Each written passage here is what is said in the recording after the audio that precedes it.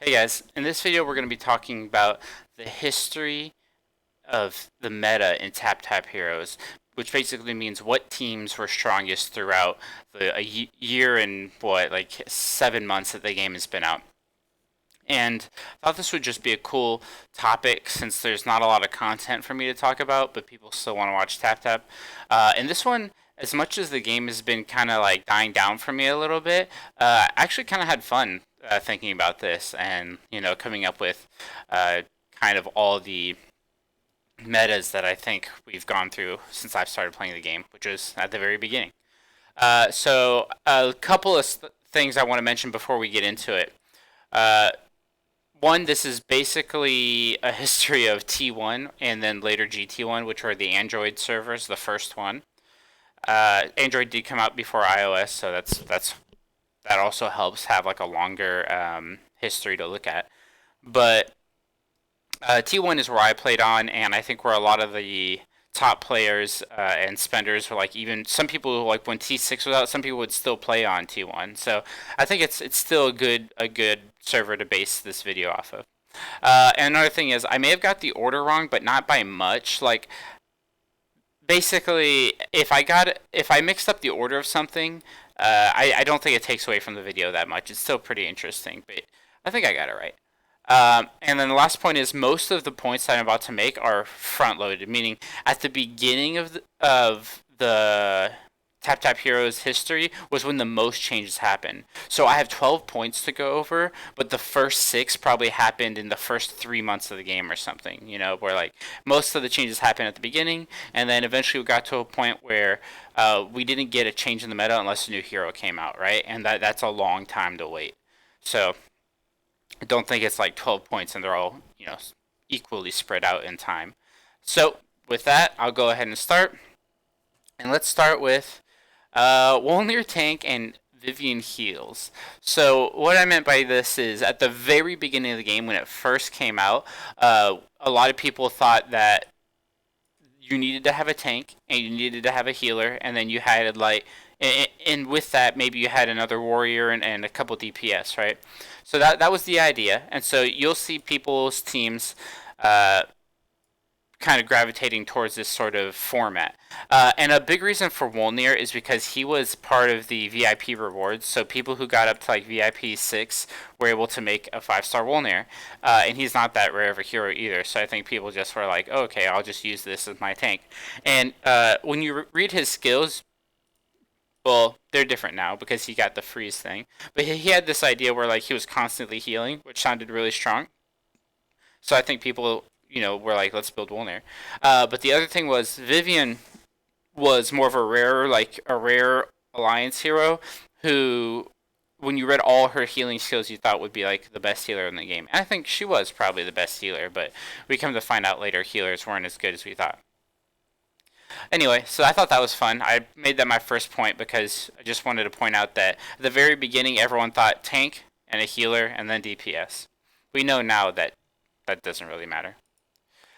Then right after that, or with like very soon in the next few weeks, people were like, "Okay, Nameless King is the best hero in the game." And the reason for this is we saw Nameless King in the like $100 packages. We saw Nameless King in event rewards for keys and Miracle Eyes and things like that, where it's like the final reward. So it's like you had to pay a lot of money to get it. So you had all these like top VIP players trying to get as many copies of Nameless King as they could. It was very hard because he's a heaven hero, right? And this was back when Nameless King had.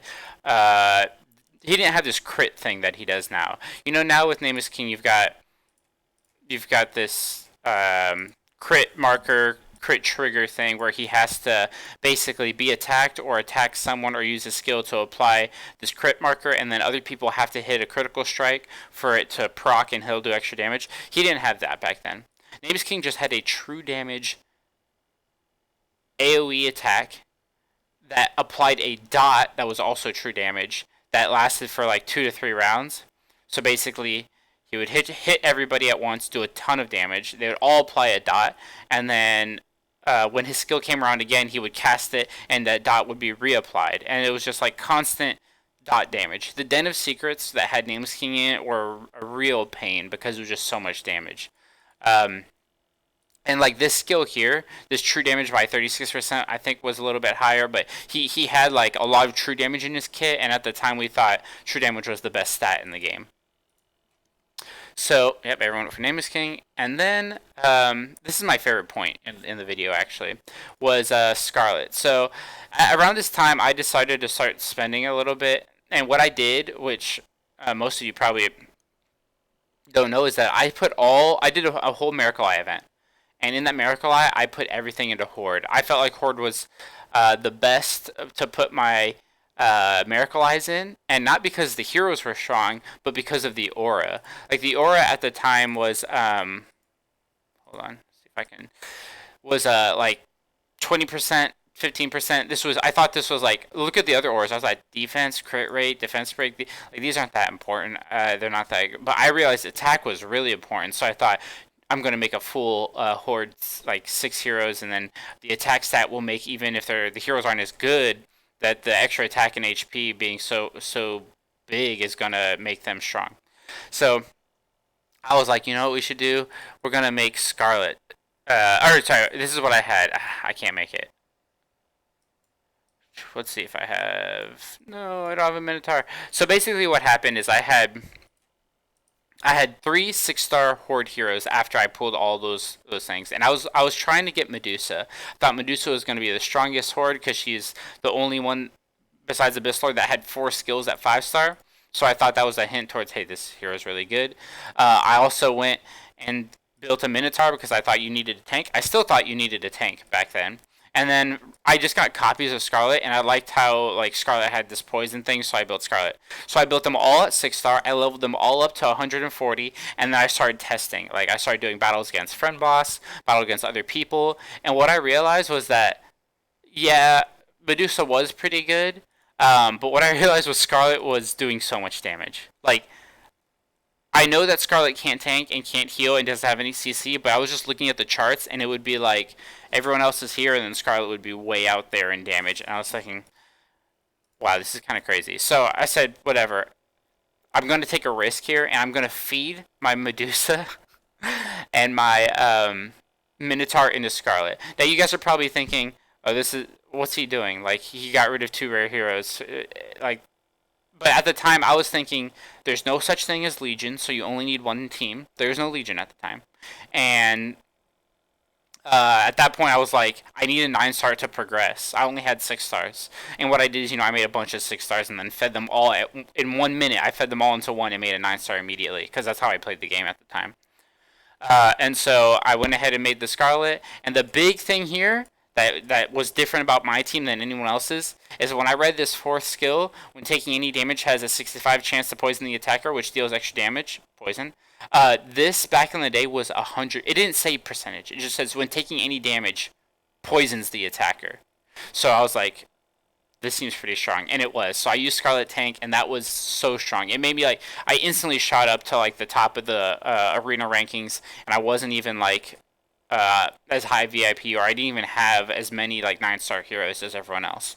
So Scarlet was OP, and that was when she was able to tank. She can't do that anymore. Moving on. So right after that, no, not right after. Actually, a little while later, Verthondia and Monkey King released. So at the time I made these videos, you can go look at my YouTube channel. Like some of my oldest videos where I previewed Verthondia and Monkey King before they released, reading their skills and deciding like what I thought about them. And at the time, I thought Verthondia is so broken. It has so much true damage. I was looking at like the amount of true damage that Verthondia brought. I thought was similar to Nameless King, and I thought it was going to be like one of the strongest heroes. Or I thought it was going to be the strongest hero in the game. And the fact that it hit everyone, so I thought Verthondia was going to end up doing more healing than Vivian and also doing more damage than Scarlet. That's what I thought. And I really wasn't that far off. Like, Verthondia is pretty strong, guys. Really good hero. Especially if you think about we didn't have all the strong heroes that we have now. But what I didn't realize was at 9-star, Monkey King was actually the MVP. And Monkey King back then had a little bit more health. They did nerf his health because the revive was really too strong. But if you could make a 9-star Monkey King, you could clear all the content that was available in the game. Like, Den of Secrets, we just beat it. If you got a 9-star Monkey King, you just beat Den of Secrets. And they hadn't added more stages yet. and it was crazy. So that was the era of Monkey King, basically being able to clear all the content in the game and getting you kind of far ahead with resources. Right after their release, I don't know when this started, and I don't want to give credit to anyone, but Ultima and Luna, it was awful, guys. This lasted for so long. I'm going to show you the team. I'm going to show you the team right here. So check it out. We'd have this Ultima tank, and then Scarlet was actually... People had started to make Scarlet before this. So most people had Scarlet, and they had Monkey King because he was really OP. And then they had Reaper for a lot of damage. And then we're missing Verthandi. So yeah, this was the team.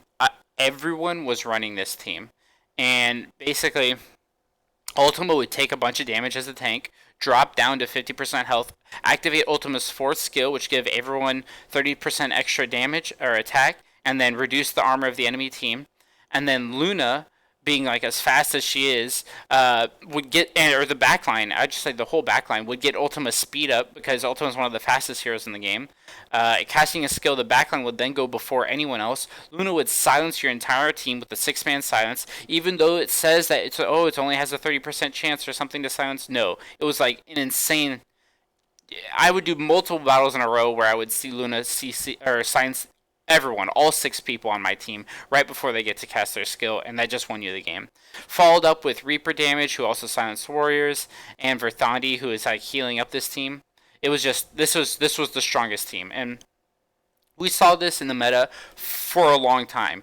9-star it was meta, 10-star it was meta. Like this team was too strong, and the reason for that, and I'm gonna bring this up right now. I was gonna do it at the end of the video, but if I had to say who the strongest hero in the game is for the longest amount of time, it has to be Luna. Like, day one, we didn't know this because most people didn't have copies of her or maybe didn't know she was that good. But on day one, Luna was the strongest hero. And they nerfed Luna, like, immediately. Like, within the first few weeks of the game releasing, they nerfed Luna a little bit. And I think that deterred a lot of people from building it because they thought, oh, that hero got nerfed. Like, I'm not going to build it. But it didn't matter. Like, Luna was still amazing. Like, the nerf was nothing. And so, Luna, for the longest time, this team was so meta. And even when this team died down and Valkyrie came out, like, before people were making Drow, they still used Luna. And people were still using Luna. So if I really had to pick one hero who's defined TapTap heroes for the longest amount of time, it's Luna. But we know that's going to change soon because Phoenix has been out for a while now, and it at this point, it's more than likely Phoenix is like what Luna used to be, actually stronger. Yeah, but this team was meta for a super long time and was very hard to deal with because it was all about speed and CC. You got sped up and then you got silenced. Okay, but then we had this where Freya got a rework. So Freya, her fourth skill used to be pretty terrible. What her fourth skill used to do was, when she got below like 30% HP, she got like an attack increase. Think of like Hester, right? But this attack increase didn't just like give her extra attack. It also like removed all her defense. So she took a bunch of extra damage too, to the point where like Freya was just a glass cannon. So a lot of times I would do this cool thing in Planet Trial or in Den of Secrets where I would have Freya tank, and it's similar to the Ultimate thing where like the basic attacks would get you down to like the time when your skill procs, and then she would hit an AOE like insane amount of damage because she would get like the 150% extra attack. Well, the problem is that never really happened, or it was too RNG in a real PvP match. So we end up having like Monkey King be way better than Freya. But then they reworked Freya so that she petrified on basic attack, and she just petrified more often, especially at 10-star. So we saw Freya come back as like a really good hero, and I think what that did is it just emphasized the CC speed meta, because Freya is fast.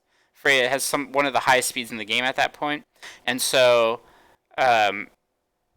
more speed, more AoE CC. CC I mean like Petrify, Silence, and those two mainly, and stuns later. And that became like the meta, was just to have the fastest heroes who could petrify or silence the enemy team so they can't do anything, and then you kill them. And you got to remember, matches or fights at that time only went for like 3 or 4 rounds, 5 rounds max, and usually that fifth round is just the Monkey Kings going at it, you know. So, uh, yeah, it's just kind of crazy, you know, that was the meta for so long, was really the fastest heroes who could CC the enemy, and then the games would end, like there was so much damage and none of the healers were good that like the games ended instantly. It was just who cast their skill first won. That was TapTap Heroes for a very long time, guys. So then after this, we had the 10 stars come out and the guild update. So the most important thing about this is when 10 star came out, everyone got new skills, but really the meta didn't change that much. The biggest thing about 10 star that I remember is that Monkey King didn't get a buff. Like Monkey King was, his skill didn't change enough to do anything, so that was sad. But the guild update, the guild tech update was the biggest thing. And guild tech allowed clerics to get even faster. And now, at this point, clerics, I had a feeling were going to be meta, and they do eventually, really soon. Because this stat used to be, I think, 60, and then it went up to 100, but everything else just had the ratio of everything else just increased. But no one else's speed increased. Only cleric speed increased. So you had this like huge jump in speed for all the clerics. So now all the fastest heroes in the game, clerics. So that I knew that was going to be very interesting, and we come to find out later that they made a big difference. So right when 10 star got released, most people, like a majority of people, couldn't make like a whole team of 10 stars. What they did is they could only make like 2 or maybe 3, like even the top players, because of flags. You know, you needed a ton of flags.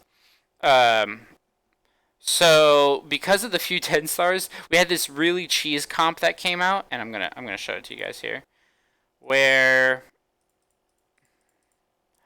it was like this, and then it was this, and then you definitely had Ruthandi in there, and you had Reaper, and you had Luna, and you had Freya, or Monkey King, but either one. Mostly Freya now. Freya had kind of taken over at this point. So you have this really cheese team where all you would do is 10 star the Reaper, and that's it. All you had to do is 10 star Reaper. And then the rest of it you wanted like as low like level, or like the front line you wanted like low leveled, so you wanted Khalil to die. Because Khalil's fourth skill was that when he dies, his entire team gets like 30% extra attack. And then Ultima would be right after him. And so Ultima would, in the same thing, because Khalil would die in like 1 or 2 basic attacks, because you'd only keep him at 6 star.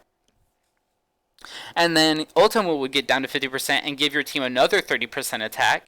And so that was 60% attack, and and also reduce the defense of the enemy team. And then Reaper's turn would be up, and Reaper, you've already lost Khalil and Ultima, so Reaper would get his 27 extra percent attack when his allied hero dies, and the defense break. And then Reaper would cast his skill and get another 20% attack, and his main skill hits everybody for 180% of his total attack. So you had this crazy combo where Reaper would just like in the first turn wipe out an entire team.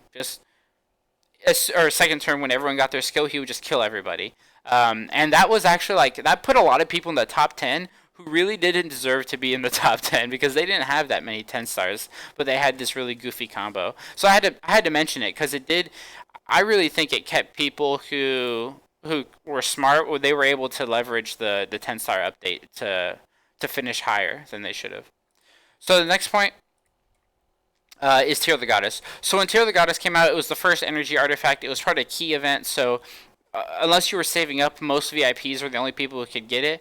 And what Tear of the Goddess did is it took the CC thing to the next level, where it was like, okay, not only like you used to be able to only CC on like the second turn when you had energy, but now it was like, I'm gonna just, you know what, you're not even gonna get to attack to get energy. I'm going to stun you before you even get to do anything, right? And so you always wanted to put Tear of the Goddess on like Freya, on Mars, on Chesia. It made Chesia viable. Like before Tear of the Goddess, Chesia couldn't do anything. But with Tear of the Goddess, she did a lot of damage. So Mars, Freya, and Luna. And sometimes people would tank with Luna because Luna's so fast already that Luna could cast a skill, get the damage reduction, and then be able to tank, which was crazy. But we did see people doing that quite often. So Tier of the Gods did change up the meta a lot. It just made more CC, more damage, and it made Mars way better. Like before 10 star update, Mars was not good. At 10 star, he really took off, and Tier of the Gods made him like probably or for sure the best Heaven hero in the game. So had to mention Mars there. Last or we're getting close to the end, but you're gonna know most of this if you play the game now. But when Shudde M'ell got released, it was crazy. We just by reading it, the first thing we saw, like all the top players, the first thing that we saw was, wait, basic attack, AOE, silence, and I don't think I think everyone knew that was going to be really strong, but we didn't really realize how important it was to be able to counter tier the goddess, how important it was to shut down some of the speed CC heroes. So I actually got to give props to TapTap heroes because this really shifted the meta. Like, I shouldn't say shift. It's power creep. What happened was, Shudde M'ell basically would make your team so useless if they had Tear the Goddess on a hero that she basic attack and silence. And then before, I remember I said that in 2, 3, 4 rounds the games would be over. When Shudde M'ell joined the meta, it was like, no, 10, 15 rounds before a fight would end because she had so much healing. Like, she could actually out heal Scarlet damage. So this is when you see Scarlet really drop off. No one's using her anymore. It's just not enough damage to get through Shudde M'ell healing. So Shudde M'ell, and then the speed. This is where the speed. So because of the guild tech speed, now the cleric meta came in, and Shudde M'ell was the best hero when she got released, and still really good. So then was when we enter the God tier, and when Valkyrie was released, Ashar quickly updated his tier list and put her at God tier after doing the simulations. And I was skeptical at first because reading the skills, you're thinking, I mean, yeah, she does damage, heals, but that's about it. Like, no CC. She doesn't have any CC. Like, she can't be good. She's not that fast either. But what I didn't realize is that the percentages were too high. Like, it didn't matter if she didn't have CC. Her heal and her attack was huge. Like, we'd never seen a hero do as much damage as Valkyrie, right? So Valkyrie joins the meta and is like, okay, I don't need any of your CC as long as even if I get like petrified or silenced, Shudde M'ell's gonna keep the team alive long enough that all I have to do is cast my skill one time, and your entire team is dead. So Valkyrie is crazy, super strong, and also Valkyrie was healing just as much as Shudde M'ell, if not more. I've seen several matches where Valkyrie actually out heals most of the clerics. So yeah, the best healer and the best damage dealer in the game.